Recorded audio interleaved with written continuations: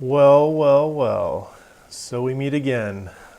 Today we're going to be looking at a little video that we're going to pretend like we're making a video promoting Oreos for their social media page. Now, right now, I'm going to play this video that lives on their Instagram. They've got this big promotion going on right now for the Oreo Space Dunk game that they have. So let's check this out.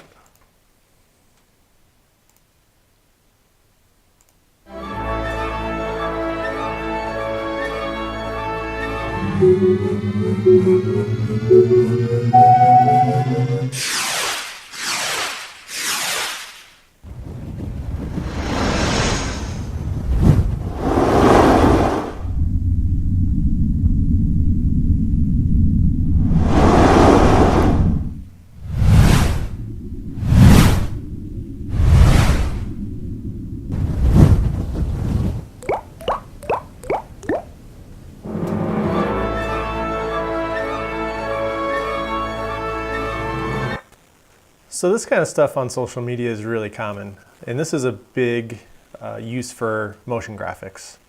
There's a lot of great animation in that video, lots of squash and stretch, lots of little bouncy stuff. I thought it'd be fun for us just to pretend like we are going to make something that kind of supports that content. Not necessarily directly related, but just kind of fun inspiration. So what we're going to be making today is this little Oreo dude.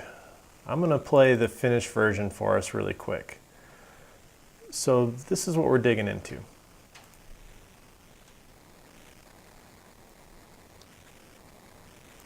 We're going to be learning some new tricks today. So it's going to be about moving objects along a path. We're going to dig into the value graph again just to reinforce some of those skills to see how when the Oreo comes up it kind of bounces a little bit. We're going to learn how to do a little bounce move. We're also going to learn how to control the speed graph. So we're going to be throwing a lot of stuff at you today, but it's all really important things that's going to just take your animations to the next level. So when I was making this file, I started in Photoshop. And my canvas size is set to 1080 by 1080. Now I had to look up what Instagram video size was preferred to know that. I knew it was a square, but I wasn't sure at the actual dimensions. So I did some Googling and figured that out. And just wanted to run through the layers that I have really quick. When I was building this, I was thinking about what elements I wanted to move. I have a cloud layer set up that I know I wanted to move back and forth, so that actually extends beyond the canvas. I've got some things even with blending modes turned on, just to add some color effects. So if I turn these to normal, you'll see what they actually look like. All these are just, I took my brush tool, made it really big, and just painted some colors just by clicking once. And then turning those to the blending mode overlay on top of all the artwork. And what's great about After Effects is that it actually remembers all this stuff. I also planned on having some I wanted the stars to twinkle or sparkle, unless I named them Starkles. Thought that'd be fun. That's kind of dumb, but you know, got to keep it interesting, right? So I went through and just turned on new layers and just took my soft brush with white and just kind of added exaggerating where the stars already existed. So either with white and then, or with color, just creating little kind of emphasized stars. So we've got 4 layers of those. Right now I've got them all on at once. And I'm kind of intending that they're going to fade in and fade out individually. We've got our little UFO layer, we've got our Oreo layer, and that's about it. So I saved this and imported into After Effects. And so what I'm going to do now is let's just go to our start file. So this is what it looks like when we first import stuff in. And this tutorial is going to get pretty long. I'm not going to lie to you. It's a tough one. So I'm probably going to fumble a little bit You're probably going to fumble a little bit, but luckily you'll be able to fast forward me or rewind me if you need to, and we'll get through it together. It's going to be all good. And hopefully we're going to make something pretty cool here. So I think the first thing let's just dig into animating the Oreo kind of moving up. Let's get that going first. So that kind of bounces into place. Let's go ahead and take our Oreo layer, which lives down here. And I've already got this set up. I've got my Y and X position already split, so we don't have to worry about anything on that front. So let's go ahead and add a keyframe at the start. And I'm just going to guesstimate. So these two videos might end up being a little bit different between our other finished version, but hopefully we're going to get pretty close. Let's move our playhead probably about, let's say 12 frames, a half second. Let's add in another keyframe. I always like to add in my keyframes first. Let's go to the first keyframe by clicking our favorite little keyframe navigator tool. And let's just move this all the way down. All right, so we're going to move it just below the bottom of the canvas. And so I'm going to shorten my work area so we can look at what we're doing. Now, if we just played this, it's just going to pop up. Now, what I want it to do is actually kind of bounce around a little bit, right? This is Oreo. This is a fun brand. I want the animations to feel kind of fun. So adding a little bounce is something that we can add to create a little more visual interest and just give it some emotion.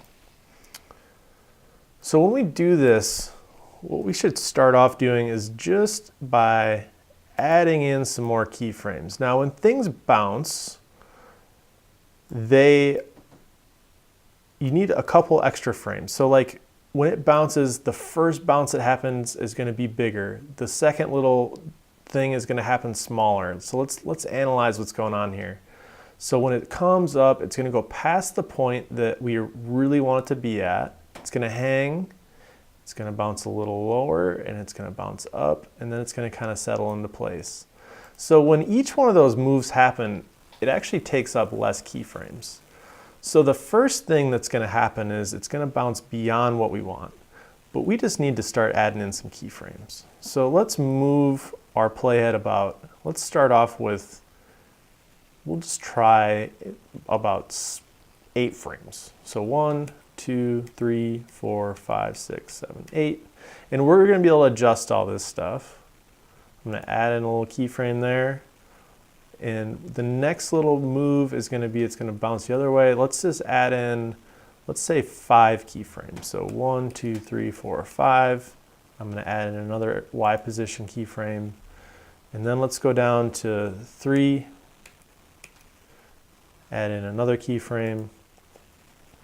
And then maybe we'll just finish off with we'll try 1 and see if that works. So basically the timing of this decays. So because the moves are smaller for each one of these bounces, it needs to have less distance between each keyframe. Now we're going to play around with these, so don't think that this is too locked in at this point. So it's going to move up, and the only keyframe that we actually want to have this final position is this last one. But it's good to have this as kind of a starting point. So what we want to have happen is we want this keyframe to actually we want the Y value to be, we want it to be taller. We want the Oreo to be above this spot. So it exaggerates how tall it goes. So because we're on this, we've navigated to this keyframe. I can see that this is blue, right? We want to make sure that we're all good, that we're on this keyframe. Let's just move this up just a little bit. Okay. So now what's going to happen is it's going to go above where we want it to go, and then it's going to kind of settle back down. And for this one, we want it to go a little below where we want it to be. Okay, so we're going to move it down just a little bit.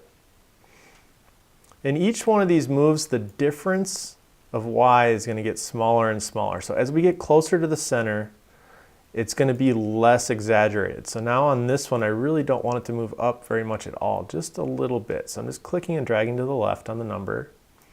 And then this last keyframe should just be barely any different to get back to where we want to be.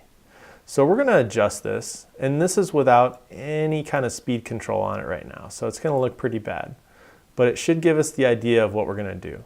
Okay, so see how it kind of jiggles around there. Now we're gonna probably be moving these keyframes around a lot, so don't judge it too harshly yet, all right? But we know that we wanna go from below the canvas and we want it to end up here. Now to get in there and really tweak this speed, we gotta get into our value graph, our favorite value graph. So I'm just gonna pick all these keyframes just so we can see what's going on.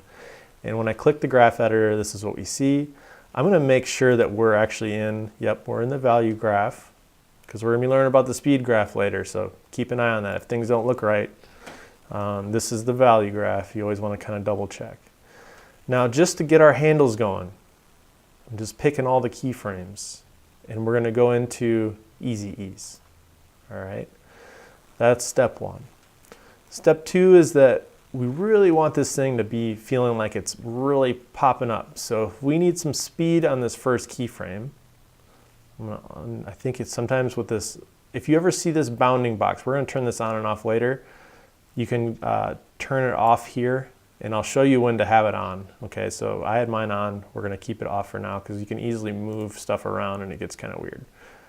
So I'm gonna pick this first keyframe, and we want speed here, so we need steepness. Steepness equals speed, right? So we wanna click and drag that down.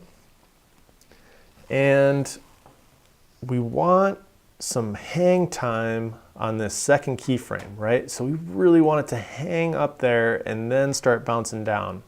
So what we want to do is pick the second keyframe. If we want less speed, if we want hang time, we need flatness, right? So I'm going to drag that out just a touch. I'm holding shift and dragging out, because if we don't hold shift, things aren't going to be good, all right? So I'm holding shift, dragging that out just a little bit. And let's just watch the move now. Let's see how that feels. Okay, it's feeling really bouncy and rubbery, even more so compared to our finished version. And honestly, I kind of like it better. So I'm gonna keep rolling with this. This is feeling really loose and kind of fun. So this is good. This is good stuff. So then on each one of these, I mean, basically each one of these is another kind of hang time area, right? We want it to be slow on those endpoints, faster in the middle, slow on the ends, right? So let's use our zoom tool to really dig in here. And I'm gonna just click this, and we're gonna manipulate each one of these individually. And we're just trying to exaggerate that hang time just a little bit more, just a little bit. Holding shift to make sure I'm not moving around those handles. Those have to stay straight. If they aren't straight, things are just gonna get weird. And I'm gonna drag this one out. And this last one, I really want it to settle in. So I'm gonna pull that all the way. And I think, let's see how this looks. I think we're gonna need an extra keyframe because that's just one frame. Let's pull our work area out so we can really see how that settles in. It's pretty good. Let's see what happens if we drag this last keyframe out. Just maybe for a frame. Let's see what it looks like at 2 frames.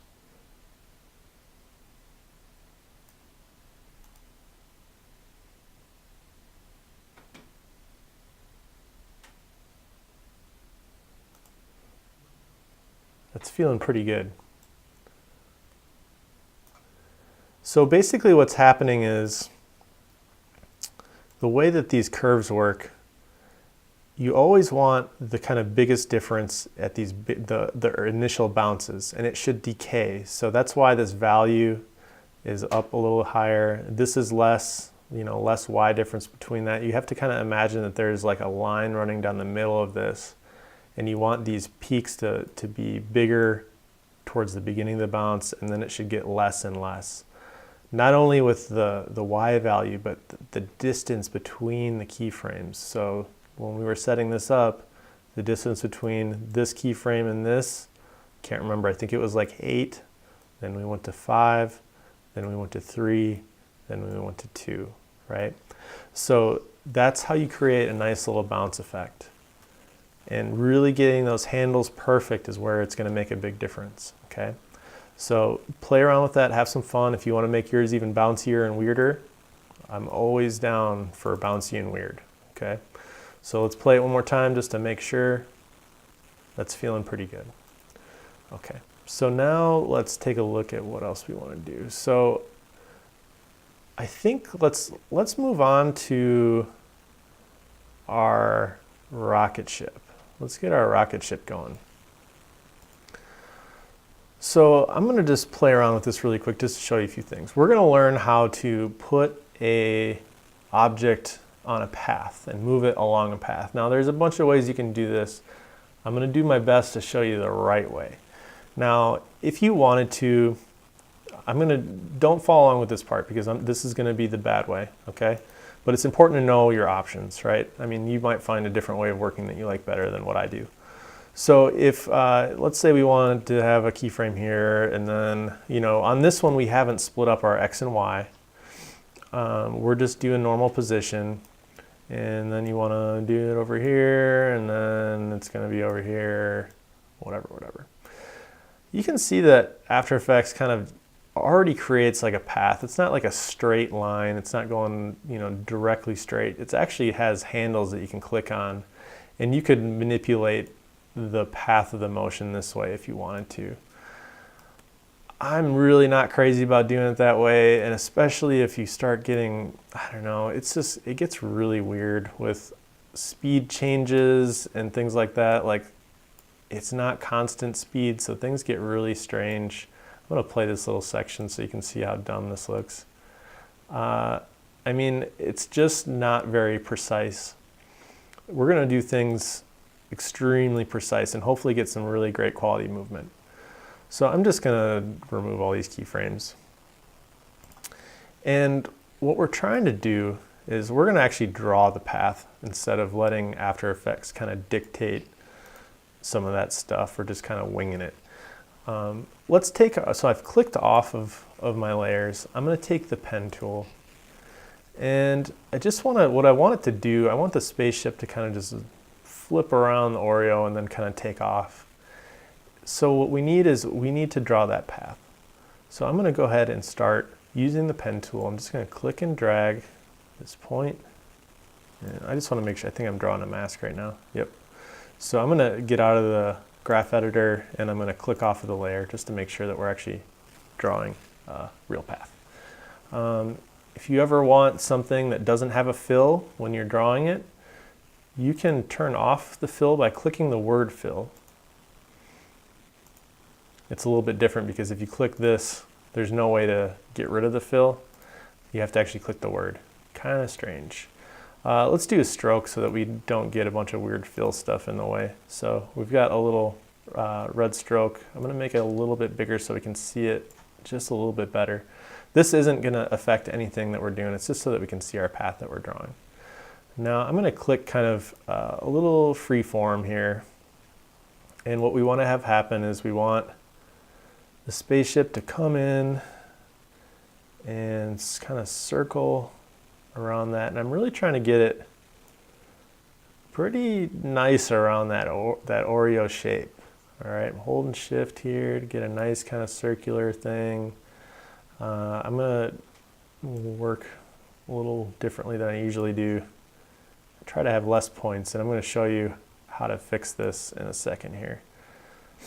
Let's say I want it to swing down a little over here and then shoot back up over here. So this is kind of the general idea of what we want to do.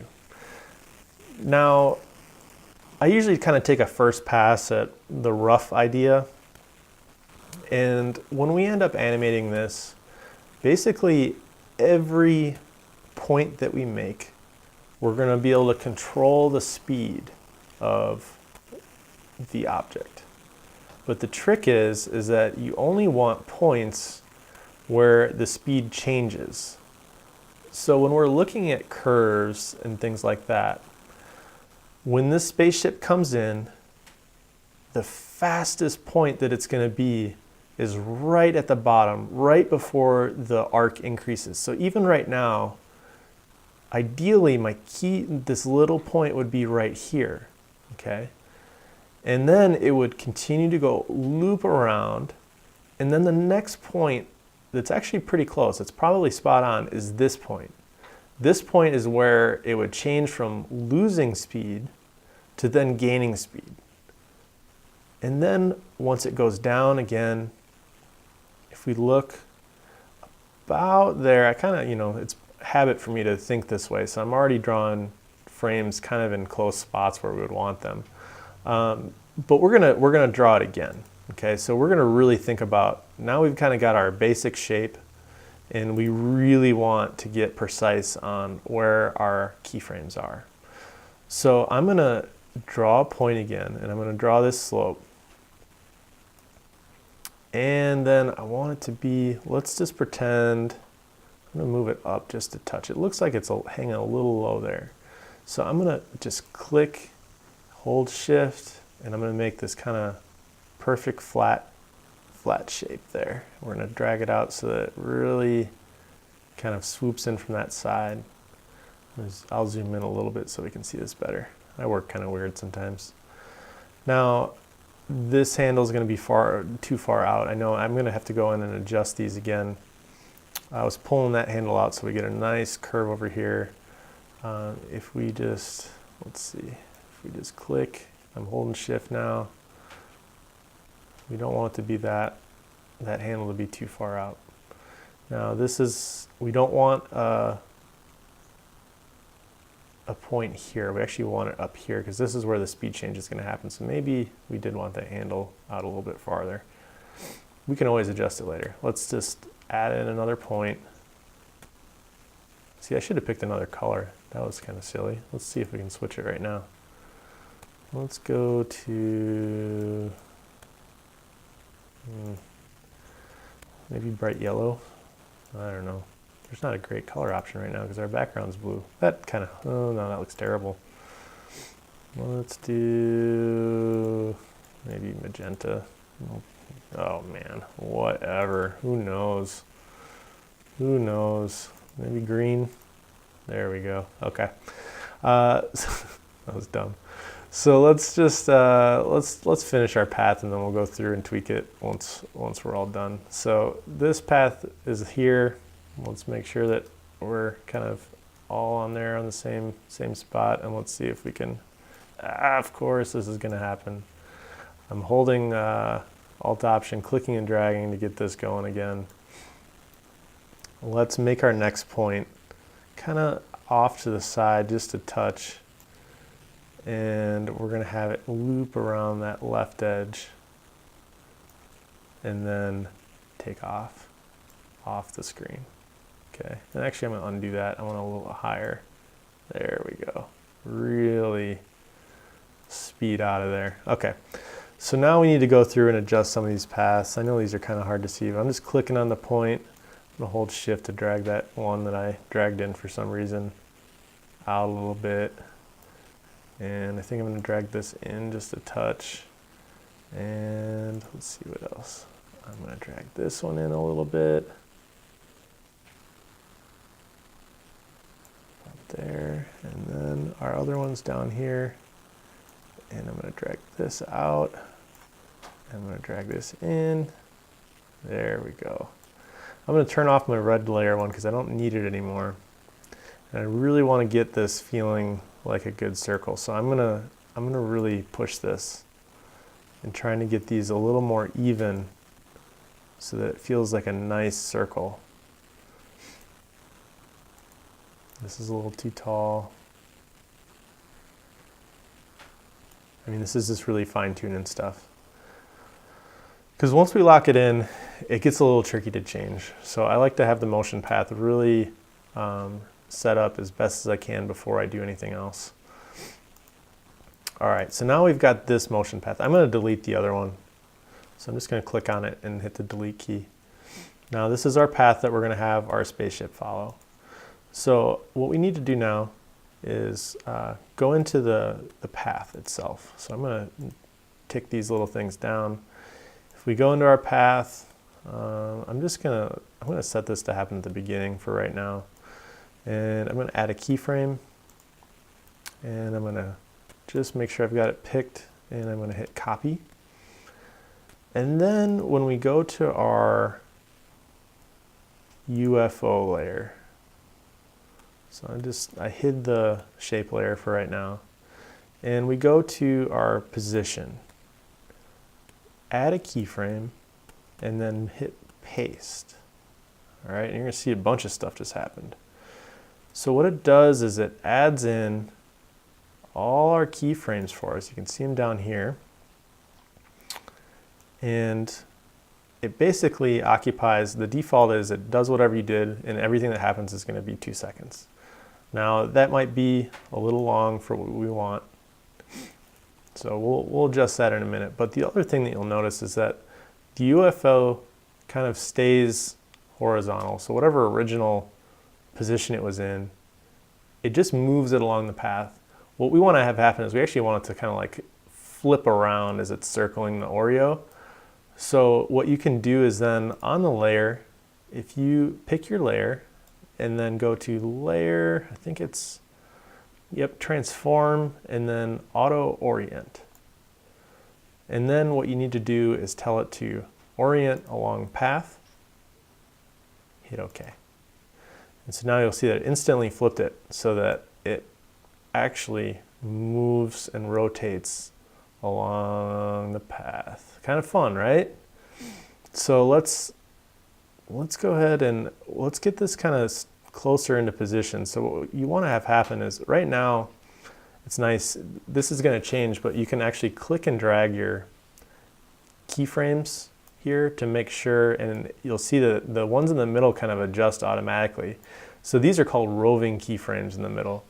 Once we start adjusting the speed stuff, that's going to go away, but we'll have other ways that we can kind of do this similar thing that I'll show you guys. So we want to just kind of test out our timing, and we want the animation to actually start probably a little closer to when the Oreo kind of settles into place. Let's take a look at our finished version to see when that starts to happen. So it bounces into place, and just before it's done bouncing is when the UFO comes in.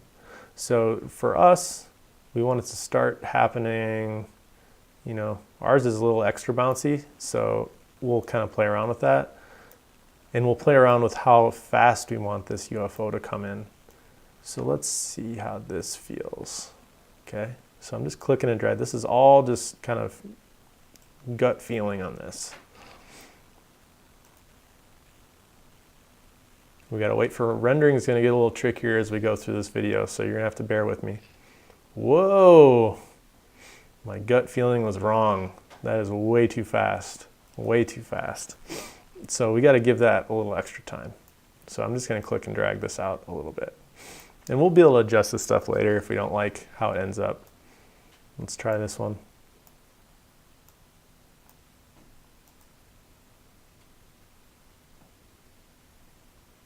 Still a little quick. Dragging that out some more. Make sure that you let it run through once so that you know it's fully rendered. If there's that green line, you know it's all good. I'm gonna drag it out even a little bit more.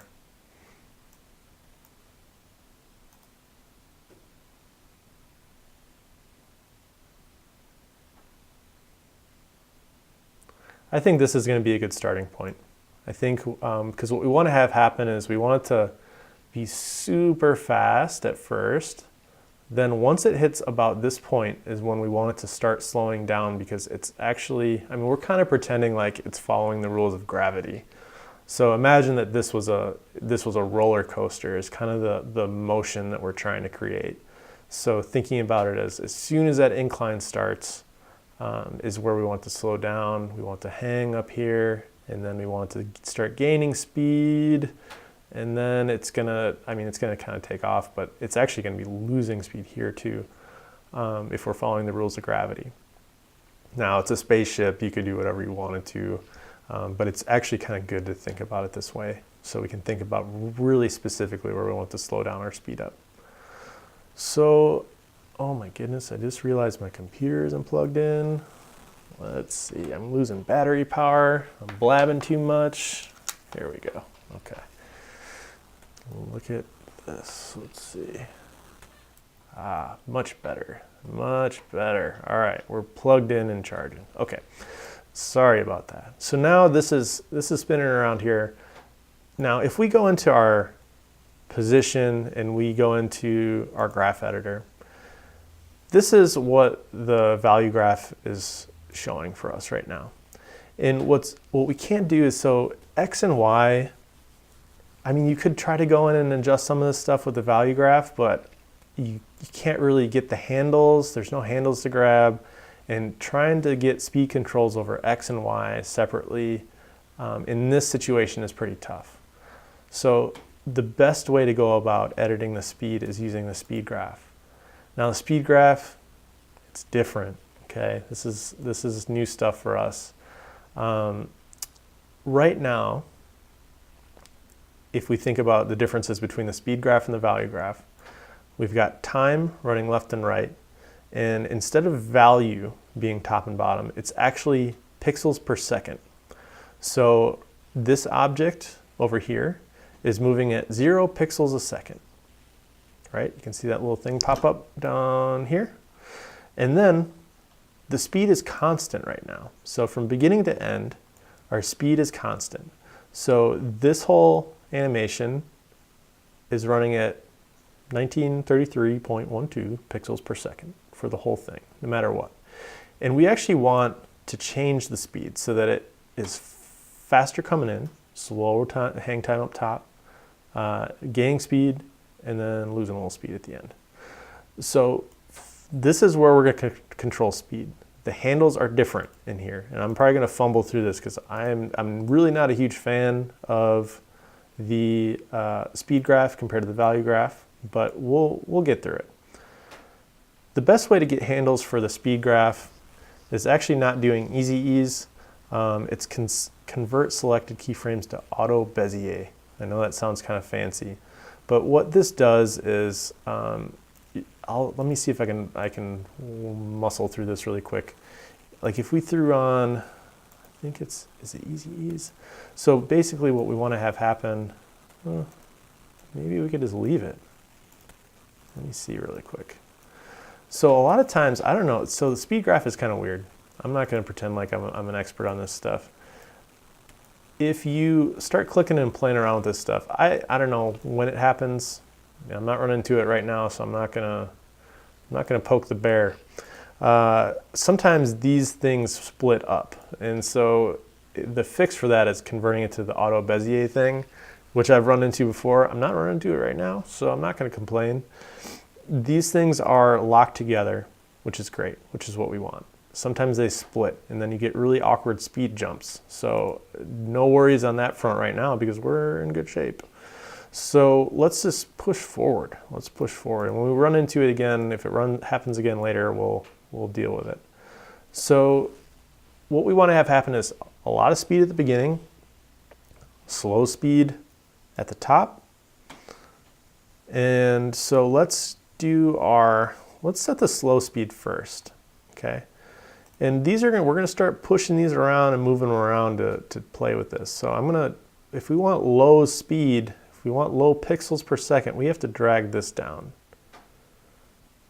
okay? So that means it's gonna be slower at the top. I'm just gonna hit play, even just like this. Let's see how this looks. Okay, that isn't a big enough of a difference, right? We almost want it to stop here. And when we hit play, still not very much. So there's these handles here this is called influence, and you can see that it says there's a certain percentage. So think of this as kind of like our flatness, right? We don't even have to hold shift on this one. But the more influence it has, the longer it's going to stay slower. And you can see these curves starting to change, right? So the longer that these handles are pulled out, the more hang time we're going to have. Now we don't want it to stop totally. We just want it to kind of, slow down just a touch up there. So that's looking pretty good. at this point here, this should be actually our fastest point. So we want to drag this up. Now these things look weird, but you know, we're gonna figure it out. So it's all good. I'm just moving these around so that they kind of smooth out a little bit. And what you want is a little more influence on these. And I'm trying to avoid some of these weird, like S-curves and things that are a little more curvy look good. You're gonna have to just kind of play around. The speed graph isn't as, I don't think is as perfect as the value graph. It's a little bit different, but you know, if you want to increase the speed, you can move stuff up. But usually when you increase the speed, that means that you have to kind of take it away from somewhere else. So I really want it to be really fast here. So I am moving this sucker up. Let's see how this looks. So it's really exaggerating that speed, right? It feels really cartoony and fun. That's what we're going for. And it might happen a little too, I mean, I like the speed, I like the difference in speed, and I guess, I don't know, maybe it can be a little slower coming out. But let's keep playing with this, because I don't want it to be so quick that you can't recognize what's happening. I like that it hangs up here, and then it needs to pick up a little more speed on this one. So I'm clicking that, and I'm going to drag this up. Move my playhead right here so I can see that. And I'm going to give it a little more influence on the out, and a little more influence here. It's good to try to create curves that feel like, see how we have this kind of nice curve here. I know it doesn't look like we have it here, but if we zoomed in, I mean, it has this, as long as it has this influence here, we're in good shape. It's going to hang there, pick up speed, and kind of slow down for the end. So let's take a look. Let's see how this is doing.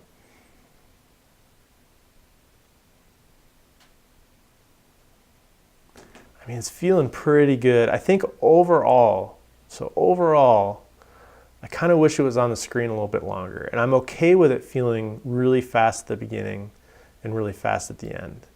But I think overall, let's see if we can just have this on screen just a little bit longer. So we just need then, I like our speed stuff, but we need this whole thing to occupy more time. So what we can do, there's a couple ways that you can do this. We can select all of our keyframes, and if you turn on that show transform box, you get some different kinds of handles here. So you can actually just stretch out this stuff over time. So let's see if that does anything good for us. In the value graph, you can squish it vertically too, which is pretty cool. So if you're doing something that's a little too severe, you can change that there as well. Let's see how this feels. So it's got a render, so it's not an accurate view right now. Yeah, that's feeling good. That's feeling good. All right. You know, if we wanted to get crazy, we could get really crazy and do some scale stuff to do a little squash and stretch. Later, I think we're going to try to add in some little trails and stuff. That'll be fun. But for right now, I think this is feeling really good. So let's see. So from there, what we want to have happen is we want, as soon as it's done kind of twirling around here, we're using that action to kind of motivate the text coming up. All right. And so let's see. So if we want, we haven't talked about this yet, but you can put text in After Effects by using the type tool. Now we haven't done that yet, and there's certain circumstances that make more sense than others. I just want to show you the type tool really quickly. I usually end up setting a lot of my type in my storyboards and stuff and importing them in as assets depending on what I'm doing. But you totally can just do it in After Effects as well. So for us, we've got this language out of this world, right? Doing our little spacey stuff. I don't have anything selected. I'm clicked off of everything. I can just click here and type in out of this world. It's super big right now. I don't remember what point size I was using. So let's, this is where you can adjust your character stuff over here. If you'd like to use the same font, it is, let's see what we're doing here. Out of this world. KG Happy. Good old classic KG Happy, everyone's go-to font. I got it on the site, duh font. I know that's like a swear word sometimes, right? But there's some good stuff, and if you pick wisely, like actually that's a super nice typeface right there. That's awesome. So you can go through, I think I picked something from Comic. It's appropriate for Oreo, right? So choose your typefaces wisely. KG Happy works good for Oreo because it's kind of fun, right? So I'm going to switch that over here. KG Happy. All right, out of this world. Now, what's cool about type in After Effects is that we can do the same kind of stuff on paths. Now the way that we go about it is a little bit different. So if you want to type on a path, you could start, I have the layer selected and I'm drawing. If I finish this, here I'll do it real quick. It's actually making a mask, right? So even just drawing this path is actually creating a mask. If we open up our type layer, you'll see that the mask lives right here. Now, we aren't creating this intending that it's going to be a mask. If we twirl this down to path options, you can say path, and if you just pick whatever path you made, so because we made mask 1, if I rename this, it would change over here. Like if I hit enter and say curvy, I don't know, curve, whatever, you would see that you can pick that from this drop down. And once you do that, it just goes right on there. Now it could have been longer. If our type is smaller, I'm gonna scale down our type. You can do all kinds of cool stuff. So you can reverse path, right? You can, I don't know what that, perpendicular. Oh, okay, so then all the letters stay straight versus kind of rotating along the path. Force alignment, so then it fits to the path. These are just on off, so it's either on or off.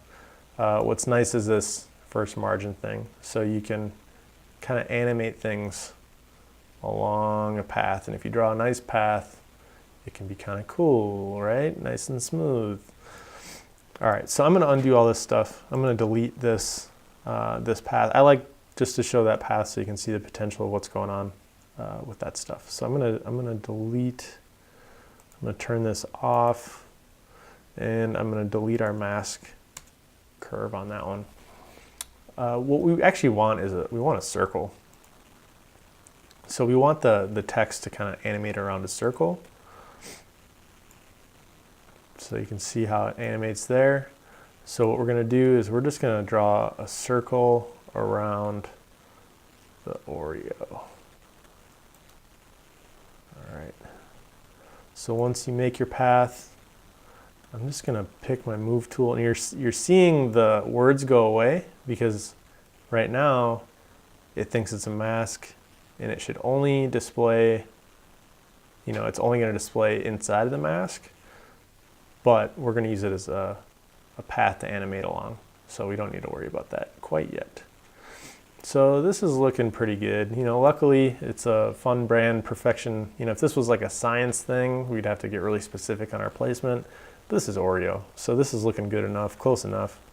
I'm gonna go into the path options again and tell it to do mask 1. And what we actually want right now, it's to the inside of the circle. We actually want it to be the outside of the circle. I'm gonna adjust my letter spacing a little bit. Yeah, I think it looks better a little